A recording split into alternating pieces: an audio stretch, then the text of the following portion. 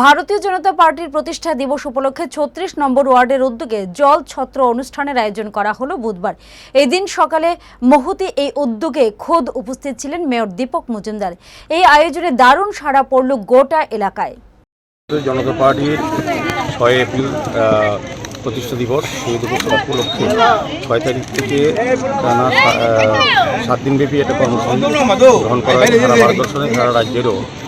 তো আজকে আগরতলা পৌর নিগমের অন্তর্গত ৩৬ নম্বর ওয়ার্ডের উদ্যোগে এই জলছত্র আয়োজন করছে। এখানে ফল, ঠান্ডা পানীয় দেওয়া হচ্ছে, শরবত দেওয়া হচ্ছে প্রত্যেকটি মানুষের মধ্যে। তো আমাদের বিভিন্ন সারাদিনব্যাপী সকাল থেকেও আমরা এই বিধানসভা এই মণ্ডলের পক্ষ থেকে আমরা কেষ্টমী কালীবাড়ি মন্দিরে আমরা পরিচয় করেছি এবং স্বচ্ছ ভারত করা হয়েছে, এবং প্রগতিপাড়া মেহের কালীবাড়িতেও আমরা স্বচ্ছ ভারত অনুষ্ঠান করেছি, মন্দির পরিষ্কার করেছি। আমাদের জুড়ে থাকে বাঁধন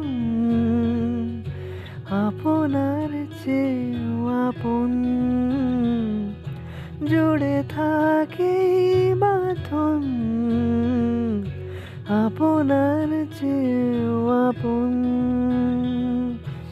আপনার চেয়েও আপন।